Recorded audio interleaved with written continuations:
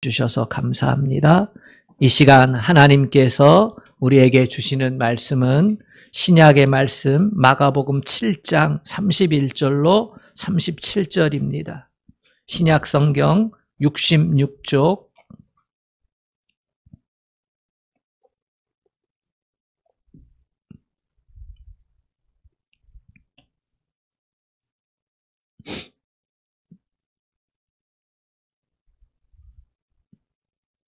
마가복음 7장 31절로 37절까지 하나님 말씀을 함께 교독하겠습니다. 예수께서 다시 두로 지방에서 나와 시돈을 지나고 데가볼리 지방을 통과하여 갈릴리 호수에 이르시매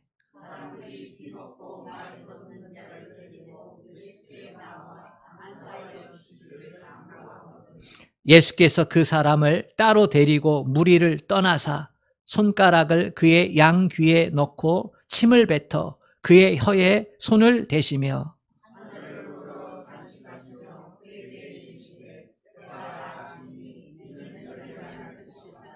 그의 귀가 열리고 혀가 맺힌 것이 곧 풀려 말이 분명하여 졌더라.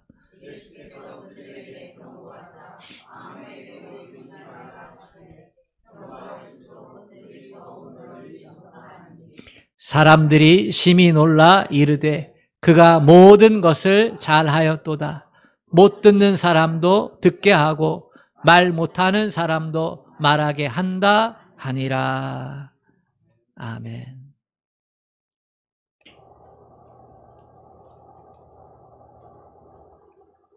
옆 사람하고 인사합시다. 잘 오셨습니다. 잘 오셨습니다.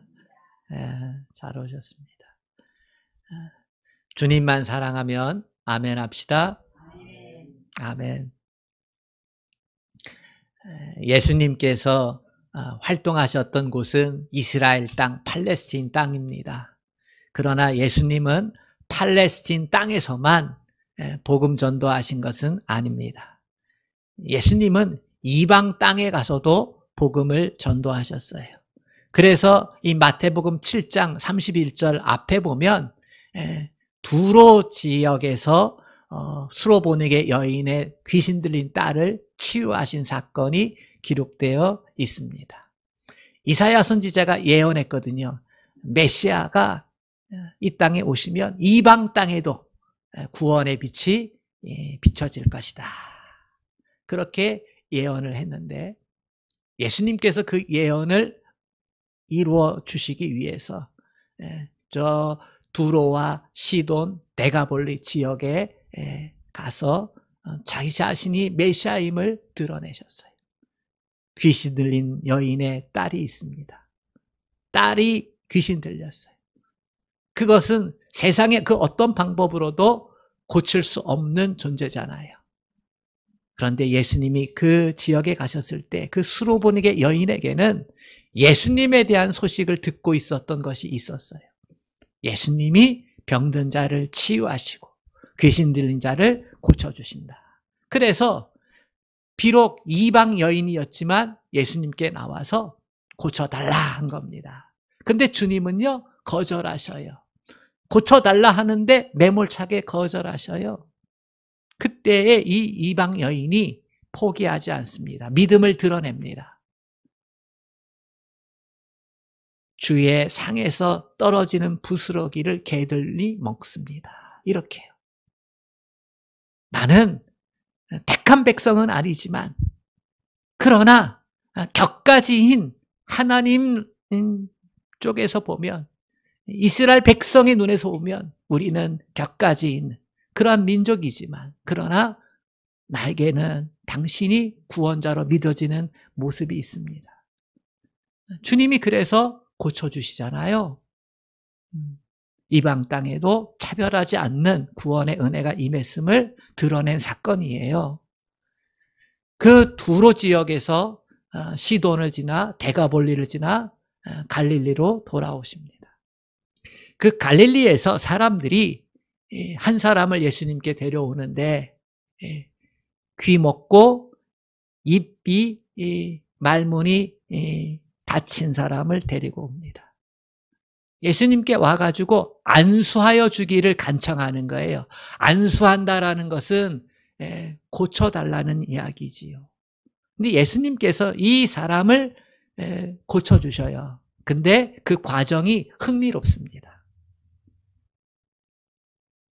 귀머거리고 말을 더듬는 사람인데요. 이 사람을 그 사람들 가운데서 떼어내셔요. 그들로부터 떼어내. 그리고 그 사람의 양 귀에다가 예수님의 손을 갖다가 이렇게 꽂는 겁니다. 그리고 나서 손에다가 예수님이 침을 뱉고 이 침 묻은 손을 그 사람의 입에다가 대는 거예요. 오늘날 우리가 보면 참 더럽다. 예수님이 어떻게 저렇게 고쳐주시려고 하는지, 비위생적이다, 비과학적이다, 뭐 이렇게 얘기할 수 있잖아요. 근데요, 예수님은요, 그 사람이 모습을 정확히 아신 거예요. 귀가 닫혀 있어요. 입이 잘 작용을 못하는 벙어리예요. 이 사람은 예수님의 말을 들을 수 없어요. 이 사람은 자기의 필요를 예수님께 말할 수 없고 자기의 믿음이 있나 없나를 예수님께 의사소통을 할 수가 없어요. 근데 예수님은 이 사람을 치유해 주셔야만 돼요. 예수님은요, 이 사람에게 자기의 치유를 드러내시는 거예요. 근데 그 방법이 사람들의 이성으로 보기에는 옳지 않은 거예요. 어떻게 보면 비난받을 일이에요. 그래서 따로 떼어내는 거예요. 그리고 그 사람만 알 수 있도록. 내가 너를 지금 치유하기를 원한다. 귀 문제 있잖아. 손 대신 거예요. 입 문제 있잖아. 침을 뱉어서 그 사람의 입술에 대시는 거예요. 문제 있잖아. 주님은 그 터치를 통해서요, 주님이 치유해 주시겠다라고 하는 의도를 전달하시는 것이고, 그리고 그 터치를 통해서 주님은 주님 안에 있는 그 사랑이 그 사람에게 흘러가기를 원하셨던 거예요. 그 사람과 사랑의 관계를 맺으신 것이고요. 그리고 그 사람으로 하여금 기대를 불러일으키게 한 거예요. 사람들이 나를 누군가에 데리고 왔는데 그 사람이 자기 문제를 터치를 하니까 기대감이 생겼지 않겠어요? 귀 막히고 말 못하는 인생, 얼마나 힘들었을까? 우리가 보기에도 연민의 정이 느껴지는데 예수님이 보시기에 오죽하셨을까? 우리 주님은 그러한 행위를 하시고 하늘을 우러러 탄식하시고 한마디를 외치셨어요. 에바다. 에바다. 주님이 탄식하셨다는 것은 그 아픔을 다 체휼하셨다는 거예요. 그 고단한 인생, 그 병든 인생, 그 고통스러운 인생, 그 모든 것을 우리 주님이 마음으로 다 받아내신 거예요. 에바다는 열리라는 뜻입니다. 주님이 에바다 하시자 기적이 일어났습니다. 그 사람의 귀가 열리고 혀가 풀려 말이 분명하여졌습니다. 여러분, 이 사건은 단순한 치유 사건이 아닙니다. 예수님이 많은 병자들을 고쳐주셨잖아요. 그 많은 병자들을 치유하신 사건 가운데서 귀머거리, 벙어리 된 이 사람을 치유하신 사건이 왜 성경에 기록이 되어졌을까요? 그것은 선지자 이사야의 예언을 자기 자신이 이루었다라는 것을 드러낸 사건입니다. 이사야는요, 메시아에 대한 예언을 가장 많이 한 선지자인데요. 이사야 35장 5절로 6절을 보면 메시아에 대한 예언이 이렇게 기록되어 있습니다. 그때에, 여기서 그때에는 메시아가 메시아로서의 사역을 할 때에, 이런 말이에요. 그때에 맹인의 눈이 밝을 것이며 못 듣는 사람의 귀가 열릴 것이며 그때에 저는 자는 사슴같이 뛸 것이며 말 못하는 자의 혀는 노래하리니 이는 광야에서 물이 솟겠고 사막에서 시내가 흐를 것임이라. 예수님께서 선지자 이사야의 예언대로 그렇게 이루어졌음을, 그렇게 성취되었음을 이 사건을 통해서 드러내고 싶었던 것이지요. 그렇습니다. 주님은 메시아였습니다. 고치시고 나서요, 주님은 그 사람과 그 사람을 데려왔던 사람들에게 좀 조용히 해, 이렇게 얘기했어요. 왜냐하면 아직 자신이 세상에 메시아임을 드러낼 때가 아님을 아셨기 때문이지요. 그러나 사람들은 증거했습니다. 36절, 37절에 보면 그가 모든 걸 잘하였도다. 못 듣는 사람도 듣게 하고 말 못하는 사람도 말하게 한다 아니라. 그들은 사전 지식이 있잖아요. 왜냐하면 로마의 식민지 하에서 고단한 인생 가운데서 메시아를 기다렸기 때문에. 이스라엘 백성들 가운데 메시아를 대망하는 사상이 있었어요. 구원자를 기대했단 말이죠. 우리가 일제시대에 독립을 기다렸던 것처럼 그들도 메시아가 오면 독립될 것이다 라고 하는 기대를 가지고 있었는데, 그러니까 메시아가 어떠한 일을 할지를 알고 있었잖아요. 그런데 지금 눈앞에서 귀 먹은 자가, 벙어리인 자가 귀가 열리고 입이 열리는 걸 보면서 아, 저 예수가 우리가 기다렸던 메시아구나, 이렇게 인정하는 분위기가 형성이 되었다는 사실입니다. 사랑하는 여러분, 예수님이 우리의 맺힌 것을 풀어서 온전하게 해주시는 분이십니다. 죄에 묶여있는 인생을 죄의 올무에서 벗어나게 하십니다. 육체적으로 맺혀있던 것들을 풀어서 회복시켜 주시고요, 영적으로 맺힌 것을 풀어서 회복시켜 주십니다. 그래서 우리로 하여금 하나님이 누구인가를 알게 하고 예수님이 누구인가를 알게 하고, 그저 보이진 않지만 하나님을 믿게 하고 보이진 않지만 저 천국도 지옥도 있음을 깨닫게 하시는 겁니다. 여러분, 이 시간 여러분들의 삶 가운데 맺혀진 것이 있다면 풀려지는 역사를 사모하시기를 바랍니다. 막혔던 귀와 닫혔던 입술이 열리기를 축복합니다. 에바다의 은혜가 있기를 간절히 소망합니다. 예수님은 듣는 귀를 열어주셨습니다. 오늘 본문에 나오는 사람은 귀가 먹고 말을 더듬는 사람이라 했습니다. 귀가 들리지 않으면 말을 더듬게 되어 있습니다. 이 사람은 말을 더듬었는데요, 주석에 보면은 이 사람이 옹알이할 정도의 모습이었다라고 얘기해요. 말을 더듬었다는 건 인간이 가지고 있는 기본적인 욕구를 표현하는 수준이었다는 거예요. 정확한 문장을 말할 수는 없는데 배고프다 하면 이렇게 일종의, 그리고 아프다 하면 일종의, 이거보다는 조금 더 나은 표현이었겠지요. 그렇게 하는 수준이었어요. 이 사람의 형편이 얼마나 불편하고 힘들었겠어요. 말이 통하지 않으니까 의사소통을 할 수 없었고 인간관계가 닫혔다고 볼 수 있습니다. 보는 것을 표현을 잘 못하니까 오해를 불러일으키는 일이 많았겠고 무시를 당할 때가 많았겠지요. 그러니 혼자 있고 고독하는 것과 친하게 되었고, 그리고 무언가 교제하고 세상을 넓게 볼 수가 없으니까 꿈이라는 것을 가질 수 없었겠지요. 혹 꿈이라는 것을 갖고 있어도, 비전이라는 게 그 가슴에 심겼어도 그래도 펼칠 수가 없었어요. 장애인이라고 해서 꿈이 없겠어요?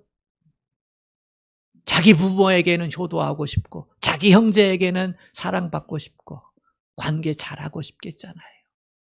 그러나 그것을 펼칠 수 있는 장이 없었을 겁니다. 육신의 귀가 닫혀 있는 것이 얼마나 큰 불행인가를 잘 보여주고 있는 겁니다.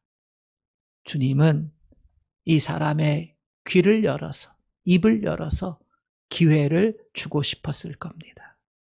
하나님의 말씀을 들을 수 있는 기회, 생명의 말씀을 들을 수 있는 기회.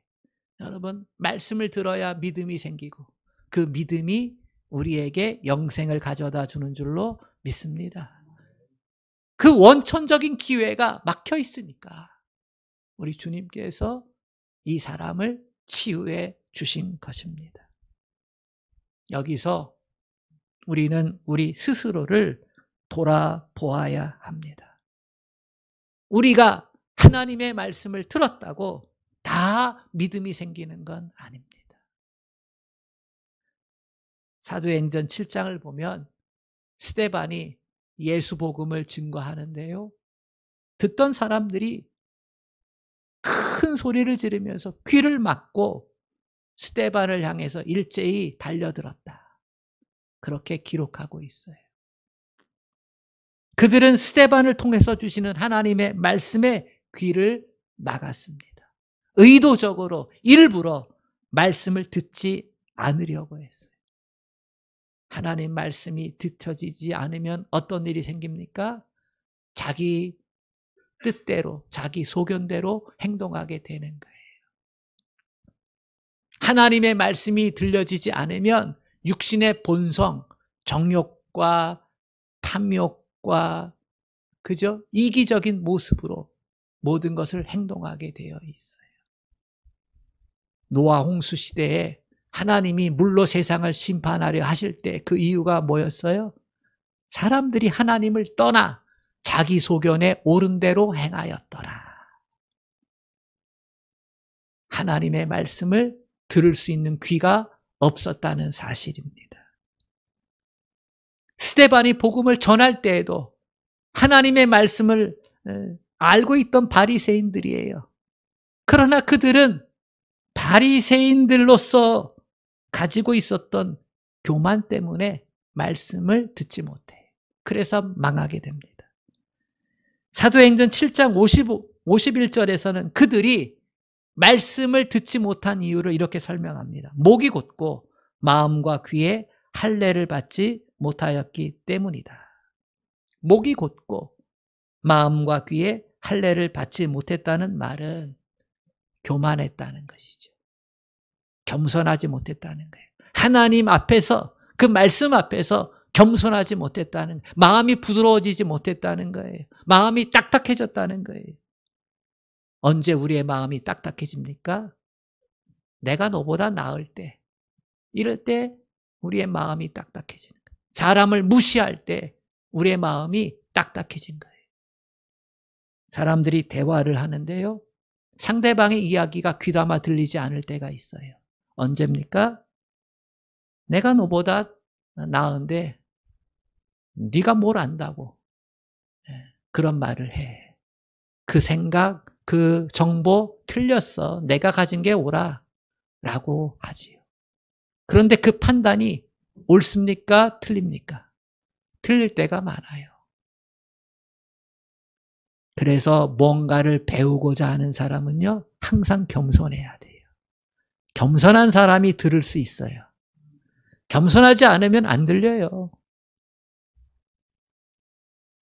관계가 형성되지 않습니다. 하나님과도 마찬가지예요.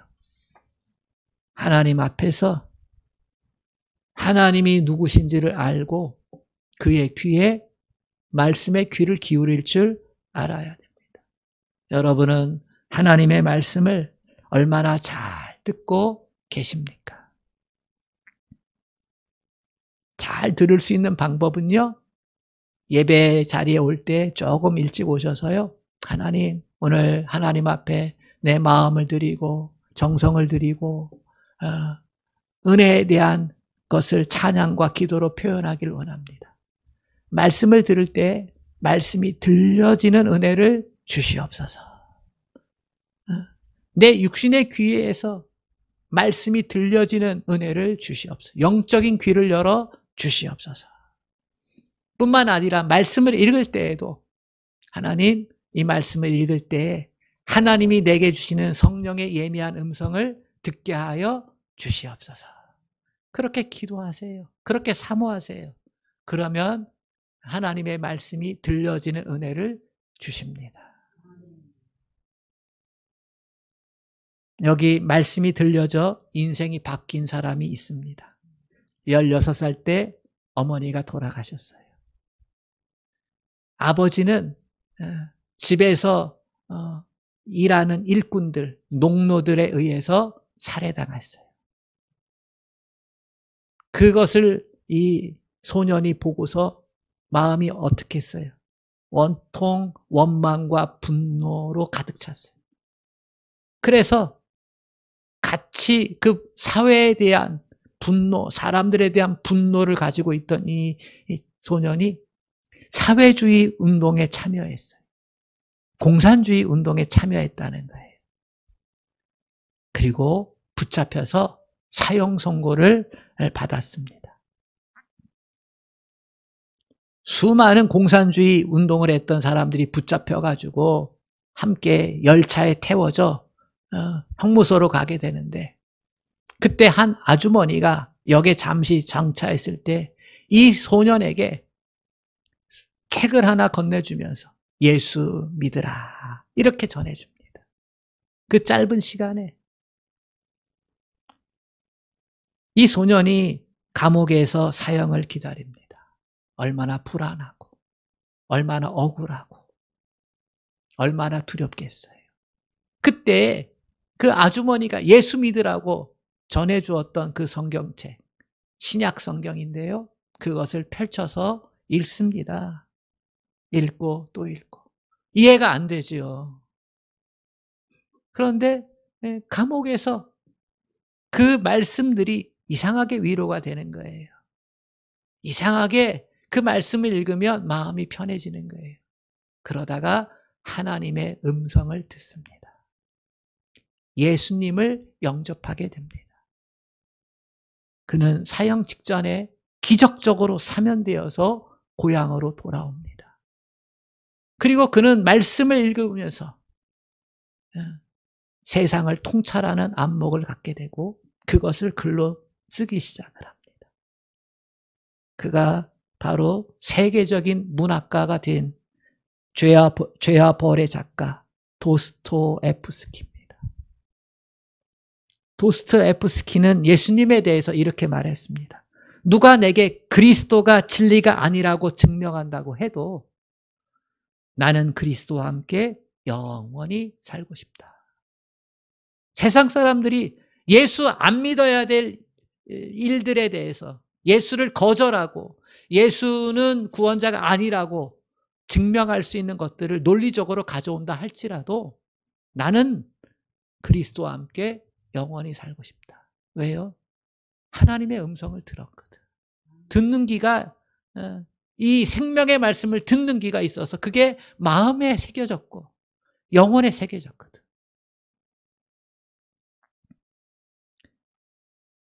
한 이름 없는 여인으로부터 전달되어지고 들려진 말씀에 의해서 이 인생이 바뀐 겁니다.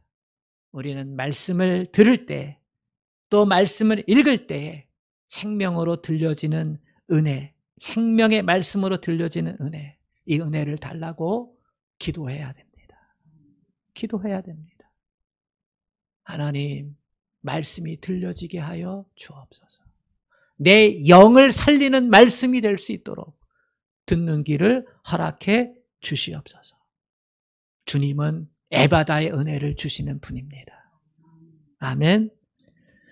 예수님은 또한 입술도 열어주십니다. 예수님의 제자 중에 어부들이 많았잖아요. 베드로가 예수님의 수제자였는데요, 본래 말 잘하는 사람이 아니었어요. 지식이 많은 사람이 아니었어요. 그런데 십자가 사건, 부활의 사건 보고 성령 받고 나서 복음을 담대하게 전하게 됩니다. 사도행전 4장 12절에 보면 베드로가 담대하게 복음을 전합니다. 다른 이로서는 구원을 받을 수 없나니 천하 사람 중에 구원을 받을 만한 다른 이름을 우리에게 주신 일이 없습니다 하면서 예수 복음을 담대하게 전하는데요.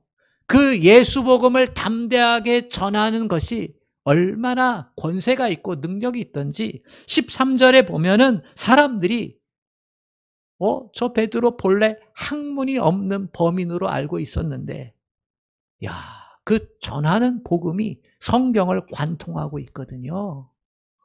얼마나 확신에 차서 복음을 전하는지 여러분, 진리는요 생명을 걸 수 있는 거예요. 얼마나 확신에 차서 전하는지요. 와, 놀란 거예요. 하나님이 입을 열어주시는 거예요. 하나님이 말문을 열어주셨기에 담대하게 복음을 전할 수 있었던 것입니다. 하나님은요 오늘 성도들을 향해서 입술을 열라 하십니다. 너희는 땅끝까지 이르러 내 증인이 되라. 이 말은요 입을 열어 복음을 전하라는 거예요. 입술을 열어 복음을 전하라. 입술을 열어 하나님을 찬양하라. 입술을 열어 하나님께 기도하라. 여러분의 입술은 닫혀 있습니까? 열려 있습니까? 1999년 미국 덴버의 콜럼바인 고등학교의 총격 사건은 세계에도 알려졌어요. 너무나 끔찍한 사건이었기 때문에 왕따 당했던 두 학생이 학우들을 총으로 쏴 죽였어요. 12명이 죽었고요. 선생님도 한 분 죽었고요. 그리고 그 두 범인도 죽었어요. 근데 거기에 하나의 사건이 있었습니다. 총을 든 학생이 한 여학생 캐시 버렐에게 총을 겨누고 이렇게 물었다고 합니다. 너는 하나님을 믿느냐? 그 순간 이 캐시 버넬이 난 안 믿어 이렇게 말하면 살 수 있었을 거예요. 그런데 나는 하나님을 믿어 라고 대답했다고 합니다. 그러자 범인이 그 총을 더 가까이 겨누면서 물었다고 해요. 하나님은 없어. 그러자 아니야 있어. 너도 하나님을 믿어야 돼. 캐시 버넬은 그 자리에 총에 맞고 죽었습니다. 근데 이 사건이요 미국에 알려졌어요. 방송을 통해서. 그러자 미국의 10대 기독 청소년들이 캐시 버넬 티셔츠를 만들었어요. 그리고 그 셔츠에 하나의 문구를 기록했어요. Yes, I believe in God. 그래, 나는 하나님을 믿어. 그 티셔츠를 입고 학생들이 전도했을 때요, 많은 사람들이 예수님을 영접했다고 해요. 왜요? 안 믿어 하면 살 텐데, 아니야, 나는 믿어! 라고 했던 그 입술의 고백이 얼마나 대단한가. 예수님이 살아계심을 증언한 사건이죠. 그래서 언론은 그때의 상황을 이렇게 묘사를 했습니다. 캐시 버넬이 미국 교회에 불을 질렀다. 죽어있는 성도들의 믿음을 일으켜 세웠다는 거예요. 닫혔던 입술을 열어서 복음을 증거하게 했다는 거예요. 그리스도인은 하나님으로부터 보고 들은 바를 입술로 표현을 해야 합니다. 눈과 귀가 열려져 보고 듣게 되면 그것을 표현하는 것이 정상입니다. 구원받은 은혜가 있잖아요. 그 값진 은혜가 있잖아요. 그것을 표현하지 못하고 가슴에만 담고 있으면요, 그러면 옹알이 수준의 성도가 되는 거예요. 표현을 할 수 있어야지 됩니다. 어떤 집사님은 교회에서 안수 집사님인데, 근데 자기가 직장에서 예수 믿는 것을 숨겼어요. 직장에서 아무도 몰랐어요. 그가 은퇴했을 때 그 은퇴한 것을 축하하는 모임이 있었는데 거기서 알려진 거예요. 그때는 장로가 되었지요. 오늘날 많은 성도들이 이 사회에서 숨어 있어요. 내가 크리스찬이라고. 그것을 말하지 않아요. 드러내지 않아요. 입만 닫고 있는 게 아니라 손과 발도 닫고 있어요. 옹알이 성도가 된 겁니다. 하지만 성도는 세상을 향해서 그리스도를 증거하고 외쳐야만 합니다. 이사야 선지자는 이사야 50장 4절에서 주 여호와께서 학자들의 혀를 내게 주사 나로 곤고한 자를 말로 어떻게 도와줄 줄을 알게 하시고 하나님께 간구했어요. 나에게 하나님의 말씀을 깨달아서 전할 수 있는 이 혀의 능력을 주셔서 곤고한 자들, 인생이 하나님 없어 고통당하고 있는 자들에게 때에 알맞는 말을 전해줄 수 있도록 내 입을 열어주소서.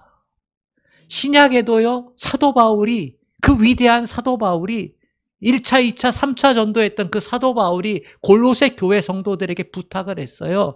골로새 4장 2절에 보면 우리를 위해 기도해달라. 어떤 기도를 해달라고 부탁하냐면 전도의 문을 열어주사 그리스도의 비밀을 말하도록 기도해달라.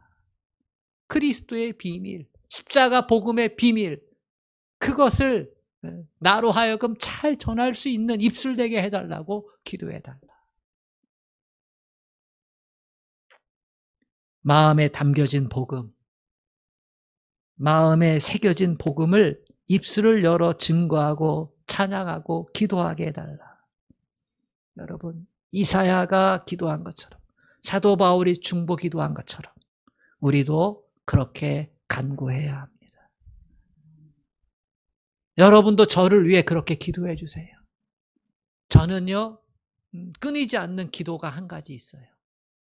하나님, 내 눈을 열어 이사야가 보았던 천상을 보게 하시고, 하나님, 내 눈을 열어 제자들이 보았던 복음의 영광을 보게 하시고, 하나님, 내 눈을 열어 사도 요한이 보았던 저 천국을 보게 하소서. 복음의 영광에 사로잡혀야, 복음의 비밀, 저 천국의 소망에 사로잡혀야, 그래야 말할 수 있지 않겠어요? 그치요? 입술이 열려져야 되는 겁니다. 세상적인 게 아니라 우리에게 생명을 주시고 우리에게 천국 백성이 되게 하는 그 복음을 말할 수 있도록 입이 열려져야 합니다. 여러분도 그렇게 사모하실 수 있기를 축복합니다. 그러면 주님이 열어주시는 거예요. 내가 한 말이 누군가에게 생명이 된다면, 내가 한 말이 누군가의 인생을 바꾸게 된다면, 그러면 얼마나 기쁘겠어요. 그게 전도의 말입니다. 아멘. 그게 하나님을 드러내는 말이에요. 세 번째로 예수님은 모든 닫혔던 문을 열어주십니다. 예수님이 하신 일을 보고 사람들이 심히 놀라 말했어요. 37절에 그가 모든 것을 잘했도다. 여러분, 우리 주님은 우리 모든 것이 잘 되도록 하시는 분인 줄로 믿습니다. 다른 말로 하면 우리 삶의 모든 영역에서 닫힌 문을 열어주시는 분이에요. 요한 3서 2절 잘 아시죠? 사랑하는 자야, 내 영혼이 잘됨같이 내 범사가 잘되고 강건하기를 내가 원하노라. 하나님은 우리 영혼이 잘되는 길을 열어주시고요, 범사가 잘되는 길을 열어주시고요, 육체도 강건해지는 길을 열어주십니다. 아니라고 부정하지 마세요. 주님은 열어주셔요. 예레미야 선지자가 복음 전하다가 반대자들에게 붙잡혀가지고 시위대 뜰에 갇혔어요. 그 당시는 다 하나님을 부정하던 시대예요. 이스라엘이 망해갈 때예요. 남유다가 망해가는 역사 가운데 우상이 판쳤어요. 하나님을 믿는 사람들을 눈 씻고 봐도 없을 정도로 그렇게 많지 않았어요. 그러니 하나님을 믿어라, 하나님께 돌아와라, 회개하고 우상을 버리고 떠나서 하나님을 믿으라. 그렇지 않으면 망한다. 망한다는 말을 좋아하는 사람이 어디 있어요? 그러니까 왕을 비롯해서 모든 신하들, 사람들이 예레미야 선지자를 대적했어요. 그 입을 막기 위해서요. 이 예레미야 선지자를 잡아다가 시위대장의 뜰에다가 가두어 버렸어. 구덩이에다가 가둬 버렸어. 그때 하나님께서 그 낙심해 있는 예레미야에게 찾아오셔서 말씀하세요. 예레미야 33장 2절 3절. 이를 행하시는 여호와, 그 이름을, 그것을 만들며 성취하는 여호와, 그의 이름을 여호와라 하는 이가 이와 같이 이르시도다. 너는 내게 부르짖으라. 내가 내게 응답하겠고 내가 알지 못하는 크고 은밀한 일을 보이리라. 갇혔을 때에, 갇혀 있을 때에 방법이 없다고 걱정하고 길이 없다고 한탄하잖아요. 그러나 하나님은 내가 응답할 거다. 믿음의 기도를 하라는 거예요. 내가 응답하겠다 약속하시면서 믿음의 기도를 하라는 거예요. 너희가 알지 못하는 크고 은밀한 일을 보여주시겠다 하시는 겁니다. 여러분, 우리의 삶 속에 맺혔던 것이 있어요. 잘 안 풀리는 것들도 있어요. 때로는 운명처럼 여길 정도로 굳게 닫혀 있는 것들이 있어요. 내 힘으로 안 되는 것들이지요. 예수님이 열어주십니다. 예수님이 에바다 해주시는 거예요. 구원의 문제가 닫혀 있습니까? 주님이 열어주십니다. 들을 길을 허락해 주시고 입을 열어 간증하고 고백할 수 있도록 입술도 열어주십니다. 인생의 닫힌 문도 열어주세요. 취업의 문도, 결혼의 문도, 사업의 문도, 건강의 문도, 꿈과 비전의 문도.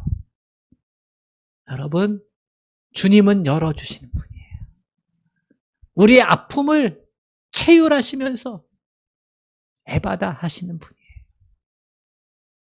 그 에바다의 은혜가 있음을 깨닫고 주님을 더욱더 의지하고 신뢰하시기를 바랍니다. 에바다의 은혜는 열리는 은혜다. 의심하지 말고, 더디다고 의심하지 말고, 믿음의 길에서 벗어나지 말고 에바다의 은혜를 사모할 수 있기를 주님의 이름으로 축복합니다. 아멘. 하나님 아버지, 우리에게는 에바다의 은혜가 필요한데 하나님, 그것을 모르고 그것을 인정하지 않고 여전히 인생을 방황하고 불신앙 가운데서 헤맬 때가 너무나도 많습니다. 귀가 열려지는 은혜가 있으면 하나님 인정하게 되고 예수 영접하게 되고 구원받은 백성으로 그의 나라와 그의 의를 위해 살 수 있습니다. 주께서 입을 열어주시면 아버지 찬양할 수 있고 뜨겁게 기도할 수 있고 죽어가는 영혼, 곤고한 인생들에게 해답을 줄 수 있는 입술이 되게 됩니다. 하나님, 이러한 삶을 살아갈 수 있도록 도와주시옵소서. 닫혔던 문제, 그러나 문제보다 크신 하나님, 문을 닫으면 열 자 없고 열면 닫을 자 없는 그 하나님을 의지하고 살아갈 수 있도록 주님, 새 믿음을 허락하여 주시옵소서. 예수님의 이름으로 기도합니다. 아멘.